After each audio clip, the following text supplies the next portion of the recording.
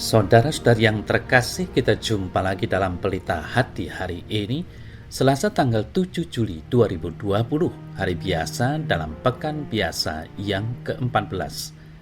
Bersama saya Romo Thomas Suratno SC dari Paroki Cilandak, Jakarta Selatan, mendengar dan merenungkan Sabda Tuhan, yakni firman Tuhan yang tersurat di dalam Injil Matius, bab atau pasal 9 ayat 32 sampai dengan ayat 38.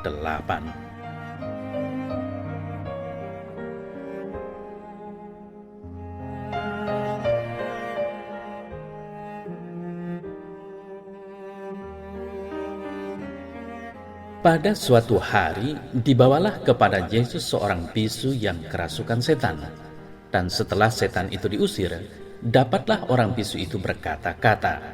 Maka heranlah orang banyak, katanya, yang demikian belum pernah dilihat orang di Israel.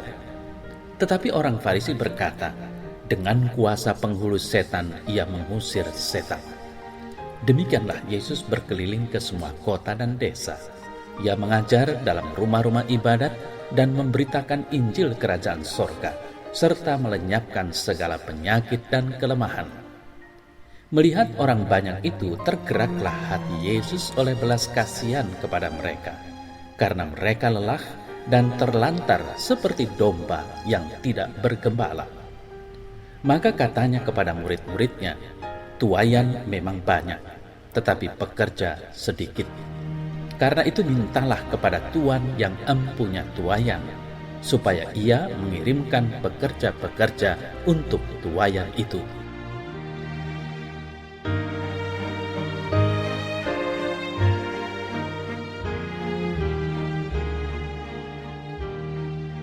Saudara-saudari yang terkasih, penginjil Matius dalam warta sabda yang kita renungkan bersama pada hari ini mengisahkan pengalaman emosional Yesus ketika memandang orang banyak.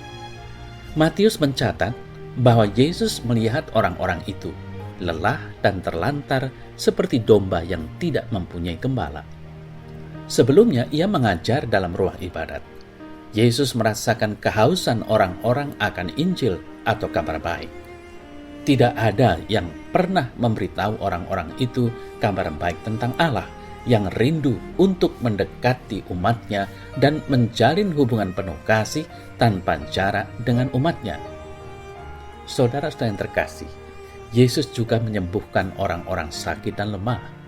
Ia merasakan kebutuhan orang-orang ini, penderitaan mereka. Pada titik ini, ungkapan domba yang tidak mempunyai gembala itu menggambarkan suatu keadaan yang tersesat, tidak terpelihara, dan rentan terhadap pemangsa. Yesus melihatnya. Saudara-saudari yang terkasih, penginjil Matius mencatat bahwa Yesus tergerak hatinya oleh belas kasihan, compassion, atau perasaan menderita bersama, yang diartikan bahwa emosi yang dialami Yesus tersebut adalah emosi yang sebenarnya dialami oleh orang-orang banyak itu, seperti kebingungan, kesedihan, kehausan, keputusasaan, kelelahan, ketakutan, tetapi dibalut dalam kasih sayang dan keinginan untuk memperbaiki keadaan. Emosi ini tampaknya begitu dalam, sehingga membuatnya tidak tahan untuk tidak menempatkan diri secara fisik di tengah-tengah orang tersebut, dan mulai melakukan sesuatu demi membebaskan mereka dari penderitaan. Saudara-saudari yang terkasih, melalui pengalaman ini, Yesus pun mengajak kita untuk memiliki compassion, perasaan menderita bersama, empati bersama sesama kita.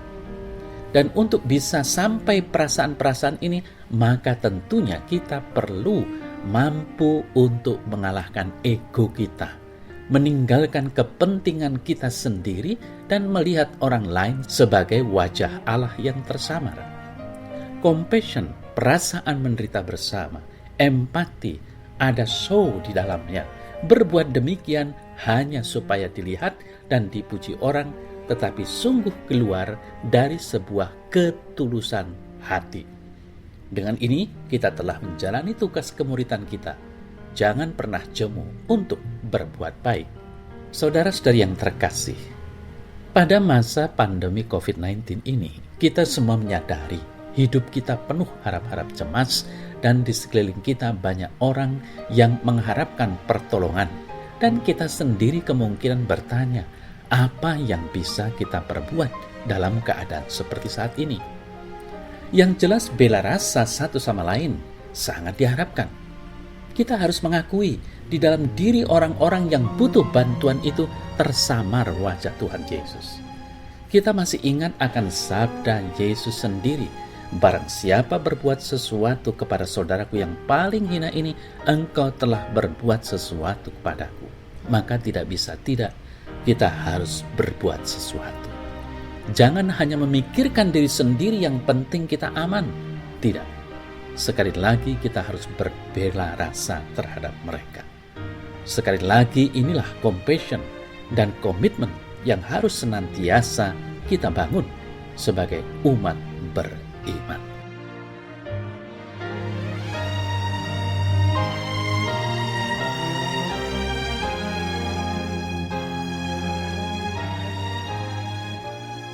Ya Tuhan Allah, ubahlah hatiku menjadi seperti hati putramu yang memiliki compassion, yang mudah tergerak oleh belas kasih terhadap penderitaan sesamaku.